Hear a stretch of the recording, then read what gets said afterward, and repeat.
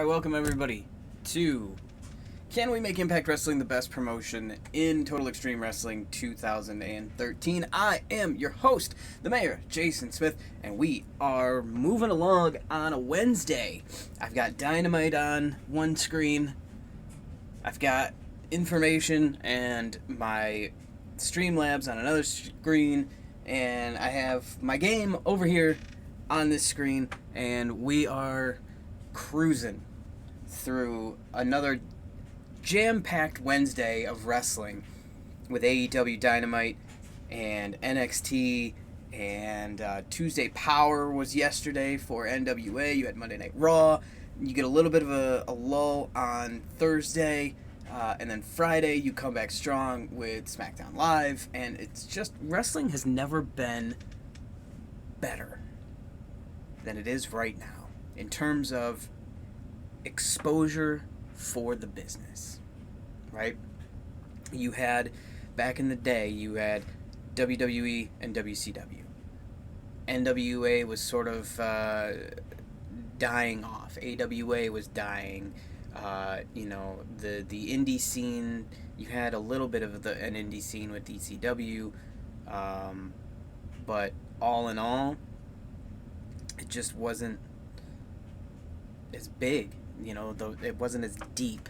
You still had a lot of indie promotions and stuff like that, but it wasn't as deep as it is now, because now you've got WWE, whose roster, is just absolutely stacked. And if these brands were separate promotions, like if one was WWE and one was WCW and one was, AWA or whatever, they would all be able to easily stand on their own. And then you get AEW on top of it, and you've got NWA with their roster that's stacked. Indies are full of just incredible talents. The other day, I was kind of going through some independent guys trying to build a potential show, and I was mesmerized at the names that were on my list that I could book as an independent promotion.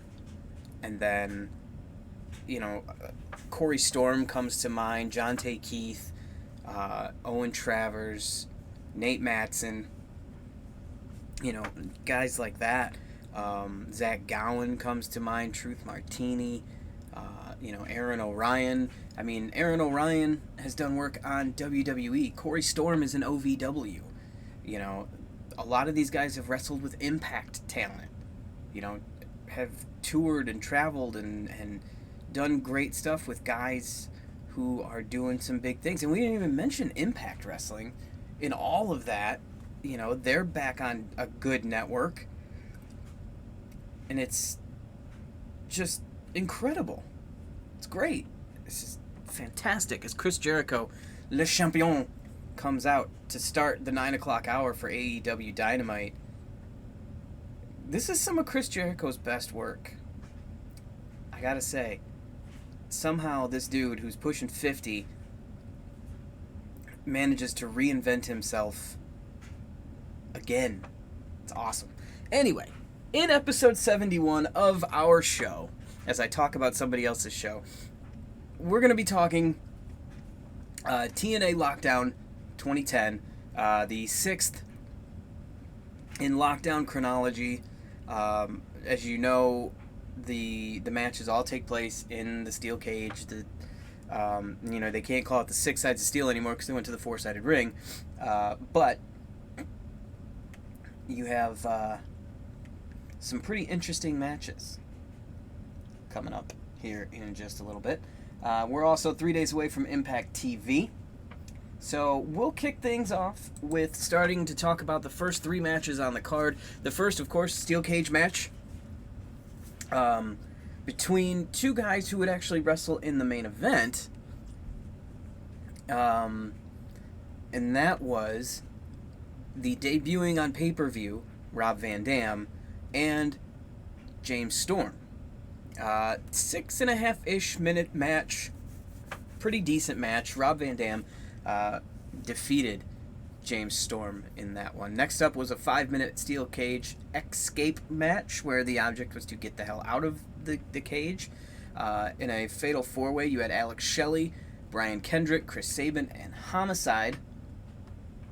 And Homicide would actually pick up the win in that one. And then, of course, Kevin Nash and Eric Young would go head-to-head in a steel cage match. Another 5-minute quickie kind of match in which Kevin Nash would pick up the win. All right, not much going on in the way of news. Not much going on for us either, so we'll move forward. Next up was the TNA Knockout. Here comes the yawns again. And TNA Knockouts Tag Team Championships, combining those two. So you had on one side Angelina Love and Tara. Angelina Love was the Knockouts champion, and then on the other side you had the Knockouts Tag Team champions, the Beautiful People, Madison Rayne and Velvet Sky. The Beautiful People would pick up the victory and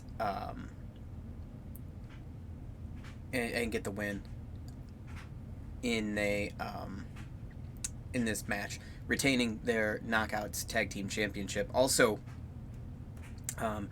Tara would challenge Madison Rayne at Sacrifice in a title versus career match, which we'll talk about coming up. Tara would actually turn heel after this match and join up with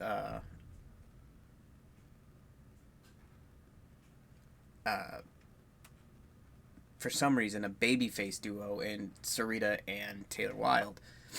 Okay, next up, the X Division Championship was vacated, and steel cage match between Kazarian, Homicide, and Shannon Moore for that X Division title, and Kazarian would pick up the win and become the new X Division champion. Next up was a very interesting match, as there is a really cool entrance in MJF coming out. Very cool entrance. I really dug that. That was pretty awesome. Okay, anyway, I'm distracted by AEW doing their thing with MJF, who they have huge plans for. But next up was an interesting match, steel cage tag team match. On one side, Team 3D. On the other side, you had the band, X-Pac and Scott Hall, because Kevin Nash had already wrestled. And so what happened was X-Pac no-showed the event. So Hall needed to find a tag team partner, or he would have a handicap match against Team 3D. Naturally, Kevin Nash would take that spot. They would lose to Team 3D in the cage. Next up, probably the match of the night, arguably, a 20-minute steel cage match between Kenny Anderson and Kurt Angle, in which Angle would pick up the win in that one. TNA World Heavyweight Championship, not the main event. Can you blame him? Because it's not a very good one.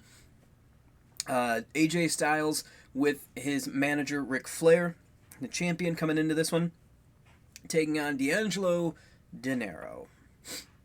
And yeah, I don't know why D'Angelo Dinero was competing for the TNA Championship either, but he was. Anyway, AJ Styles gets the win in this one.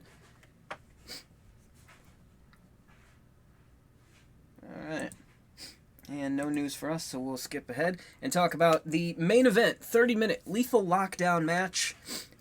Team Hogan, on one side, Abyss, Jeff Hardy, Jeff Jarrett, and Rob Van Dam. On the other side, Team Flair, Nigel McGuinness, James Storm, Bobby Roode, and Sting. And given that firepower right there, Nigel McGuinness, James Storm, Bobby Roode, and Sting, you'd think that Team Flair would have picked up the win in this one. But sadly, no. It would not. A little bit of an aftermath from this. Despite AJ retaining the title, the following night at the TV tapings for Impact, RVD would beat AJ Styles to become the new TNA World Heavyweight Champion. and those two would face off at Sacrifice, which we'll talk about here in a little bit. Okay. Rocky is here, by the way. He just likes to be under the blanket. He's shy, apparently, today. Okay. So, we've got an unread email that we need to take a look at, and not much happening here. Bea Priestley's contract is ending, and quite honestly, she hasn't really been all that fantastic for us, and with Natty and Charlotte coming, there's no real point in keeping her. So we'll probably go ahead and let her go. And we'll move forward and get into our TV taping. We also have Bea Priestley, Shayna Baszler, and Sonya Deville going in a triple threat match in this this TV taping. And the winner will face new women's champion Kana. We are at the Rushmore Plaza Civic Center in the Midwest region. That's good because that's an area we need to have. Matt Jackson's going to be off for this one. Alex Shelley also still on the rehab trail. Alex Shelley is actually got 2 more months before he's finally back. And then at that point, I think we may open up some discussions with Chris Sabin. We'll see, though. MJF killing it with the promo game.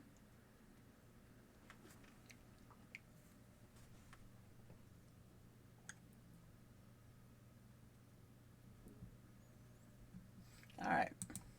Too bad he wasn't better than anybody when he was in-game in our promotion. Alright, so we know we've got our triple threat match here. We'll go ahead and get that booked. Get these ladies on board here with Bea Priestley, Shayna Baszler, Sonya Deville. They won the triple threat match. They get to wrestle each other for the number 1 contender spot. I'm actually going to start kind of shaking it up with the women. Amy Dumas has done a fantastic job on the men's side as well as the women's side. So I want to just kind of let the road agent the matches they're given. I'm not going to force Amy Dumas to agent all the women's matches. We'll just see if it helps with some of the rating on these matches, and we'll kind of go from there. All right, Phoenix is next up. He is our television champion.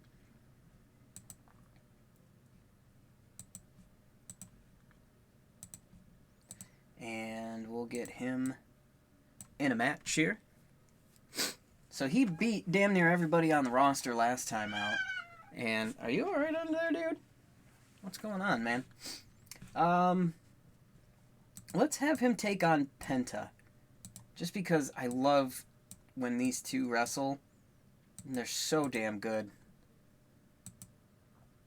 And we'll put the TV title on the line as per the rules of the TV title.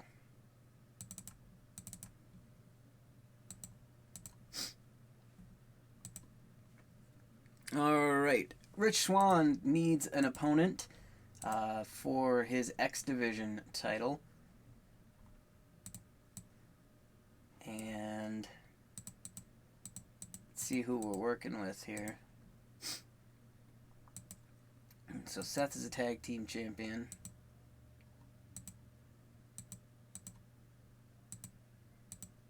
Let's give Eddie Edwards a shot here. Let's see how these two roll against one another.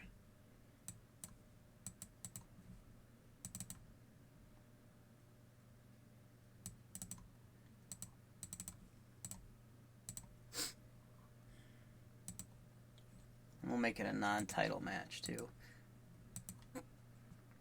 Alright, our tag team champions, The Shield.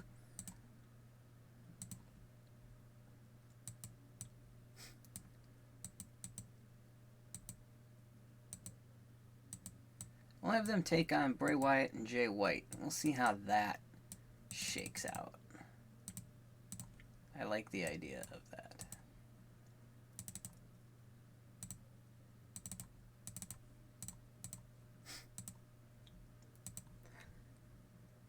Adam Cole with the Grand Championship. think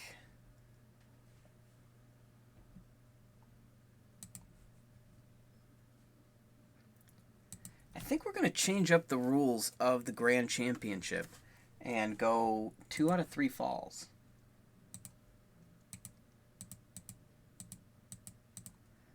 So Adam Cole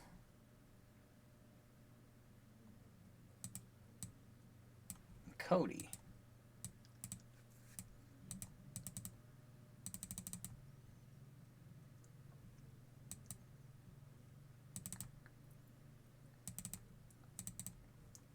For the this will be a non-title match, but it'll be a 2 out of 3 falls.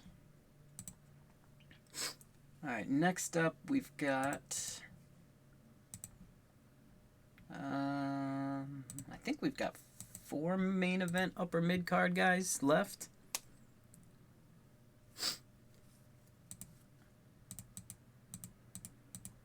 We do. But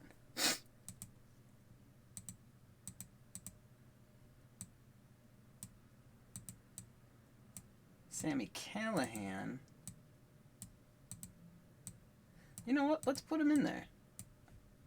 We'll give Violent Conduct a break.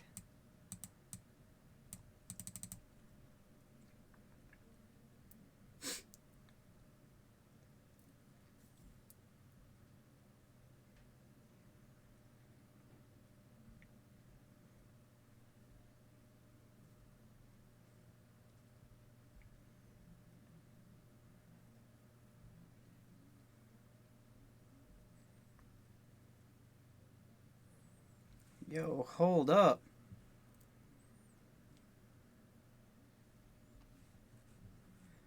Snap. We've seen the video for months, but now Wardlow finally appearing in an AEW ring. There is again. Wardlow's all I know. He's got a nice time. It's a Burberry tie. Just landing. Wow.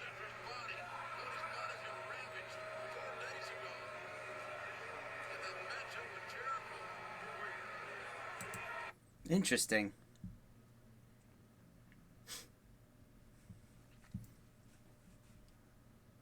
Interesting pairing with MJF. I get distracted easily. I have my ADD is just so friggin' rampant.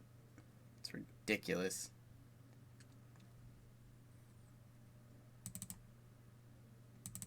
Good way to open the 9 o'clock hour, though. That's pretty awesome. Good for them. See, and now my ADD-ness is, like, interfering with trying to book this damn show. Alright, so we're good there. Oh, they busted Cody Stitches open. That's awesome. Alright, let's get this show on the road. Shayna Baszler is your new #1 contender. She'll take on Kana. So we'll get that down. C+ out of Rich Swann and Eddie Edwards, so that's not going to work for us. Phoenix and Penta will work for me, though, so that looks pretty good. So we'll add him to that. The Shield versus Firehouse.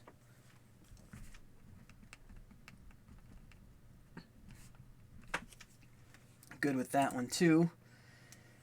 Adam Cole and Cody Rhodes gave us a B. I like that as well. So Cole versus Cody. Adam Cole, baby, versus Cody Rhodes will be for the Grand Championship. Dude, you're going to fall off of this chair, man. You're going to fall, buddy. There you go. And, wow, this match actually worked out pretty well for the world title. Drew Galloway, Marty Scurll stays in the title hunt, Adam Page, and Sami Callihan. Alright then. Cool beans. B rated overall for the show. No specific comments. Didn't really lose much of anything. Didn't really gain anything either. And we'll go ahead and get our ratings and wrap this up so that I can actually, pay attention to what the hell is happening on AEW and not have to have it muted, as apparently my... There we go. Sorry about that. Not sure what the hell happened there. There we go. The Boston Pac. I love it. Love it, love it, love it. Unread emails waiting. That would be our ratings. Sasha Banks looks like she's going to get a contract extension. Good for her. I'm not signing her.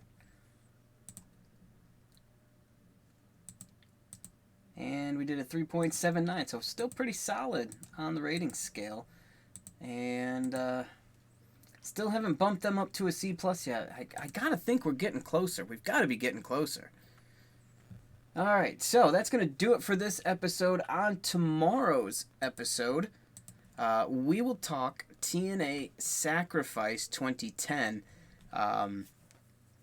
And we will see the debut on pay-per-view of Inc. Incorporated, Inc. Jesse Neal and Shannon Moore. We will also see the TNA pay-per-view debut of Orlando Jordan. So, yeah, he's going to join up here to the TNA ranks here starting tomorrow. So we'll take a look at that. That's going to do it for the show. Thank you guys so much for watching. And we'll see you next time. And as always, be excellent.